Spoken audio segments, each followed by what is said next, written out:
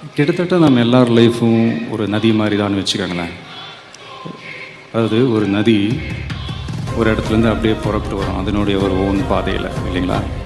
அப்படி வரும்போது ஒரு இடத்துல கொஞ்சம் பேர் கூடி நின்று விளக்குகளை ஏற்றி நதியில் விட்டு வணங்குவாங்க. நதி போய்கிட்டே இருக்கும். இன்னொரு இடத்துல சில பேர் பூக்களை தூவி நதியை வரவேற்பாங்க. நதி போய்கிட்டே இருக்கும். வேற ஒரு இடத்துல சில பேர்,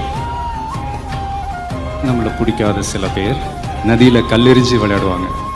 நதி பாட்டுக்கு போயிட்டே இருக்கும். அந்த நதி மாதிரி தாங்க நம்ம வாழ்க்கையிலையும் நம்மளை வணங்குறவங்களும் இருப்பாங்க, நம்மளை வரவேற்கிறவங்களும் இருப்பாங்க, நம்மளை எதிர்க்கிறவங்களும் இருப்பாங்க.